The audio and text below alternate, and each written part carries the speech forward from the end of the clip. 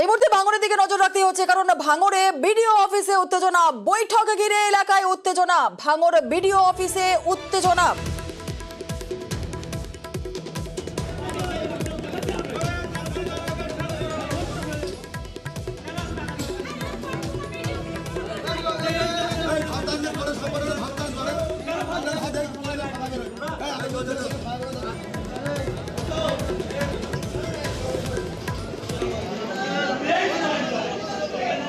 ভাঙড়ে বিডিওর অফিসে উত্তেজনা, ঠিক কি ঘটনা আরো একটু বিস্তারিত জেনে নেওয়া যাক। আমাদের সঙ্গে রয়েছেন আমাদের প্রতিনিধি কল্যাণ, আরো বিস্তারিত বলবে। কল্যাণ, ঠিক কি ঘটনা, কি ঘটেছিল?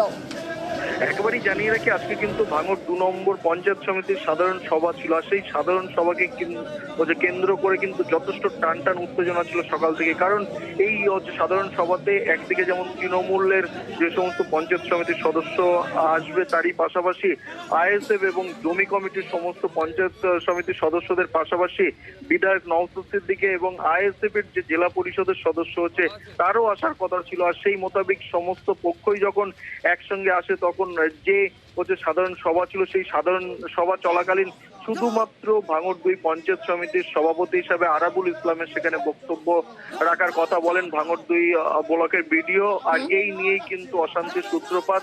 কেন শুধুমাত্র বিডিও পঞ্চায়েত সমিতির সভাপতি আরাবুলকে বক্তব্য রাখতে দেওয়া হবে, কেন নওশাদ সিদ্দিকী বিধায়ক তার কেন কোনো বক্তব্য থাকবে না, কেন বিরোধীদের কোনো রকম বক্তব্য থাকবে না, সেই নিয়ে কিন্তু আইএসএফ যে সমস্ত পঞ্চায়েত সমিতির সদস্য থেকে শুরু করে জেলা পরিষদের সদস্য ছিল তারা কিন্তু প্রশ্ন তোলে। এবং এই প্রশ্ন তোলাকে কেন্দ্র করে কিন্তু প্রথমে বচসা এবং তার থেকে কিন্তু ব্যাপক উত্তেজনার সৃষ্টি হয়। খবর পাওয়ার সঙ্গে সঙ্গে কাশীপুর থানায় বিশাল পুলিশ বাহিনী তারা কিন্তু সকাল থেকে এই বিডিও অফিস চত্বরে মোতায়েন ছিল। তারা দ্রুত ব্লকের ওপরে আসে এবং এসে উভয় পক্ষকে আলাদা করে দেয়। এবং আপাতত তৃণমূলের যে সমস্ত নেতৃত্ব থেকে শুরু করে প্রশাসনের আধিকারিকরা যারা ছিল তৃণমূলের, তারা কিন্তু ইতিমধ্যেই কিন্তু ভাঙড় 2 ব্লক থেকে তারা চলে গেছে বলা চলে। অন্যদিকে ভাঙড় 2 নম্বর ব্লকের বিডিওর যে গেট, সেই গেটের বাইরে কিন্তু আইএসএফ যে সমস্ত পঞ্চায়েত সমিতির সদস্য থেকে শুরু করে জেলা পরিষদের সদস্যরা ছিল তারা কিন্তু কার্যত এখন অবস্থান বিক্ষোভে বসেছে। কেন একতরফা বিডিও এইভাবে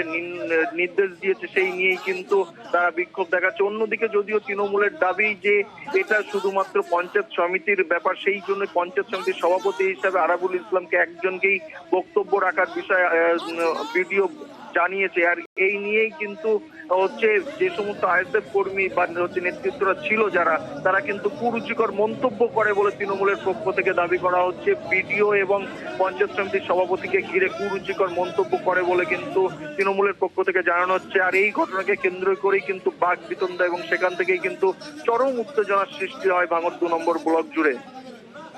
বেশ, কল্যাণ আমাদের সঙ্গে থাকো। গ্রামের প্রতিনিধি হিসেবে আমরা এসেছি, আমাদেরকে বলতে দেওয়া হলো না কেন? ভিডিও সাহেব জবাব দাও। বদমাইশি করে মিটিং করা যাবে না, যাচ্ছে না, এভাবে মিটিং মানছি না, মানবো না, বলতে দেওয়া হয়নি এভাবে মিটিং মানছি না, মানবো না। পুনরায় সাধারণ সভা থেকে আমাদের এই মিটিং ভাঙড়ে বিডিও অফিসে উত্তেজনা, বৈঠক ঘিরে উত্তেজনা। ভাঙড় বিডিও অফিসে আইএসএফ ও তৃণমূল প্রতিনিধিদের মধ্যে বচসা, বিডিও অফিসের ভিতরেই উত্তেজনা ছড়ায়।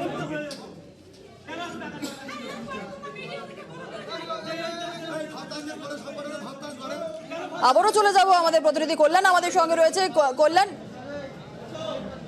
কল্যাণ, বিডিওর বিরুদ্ধে অভিযোগ উঠছে তাকে বলতে দেওয়া হচ্ছে না।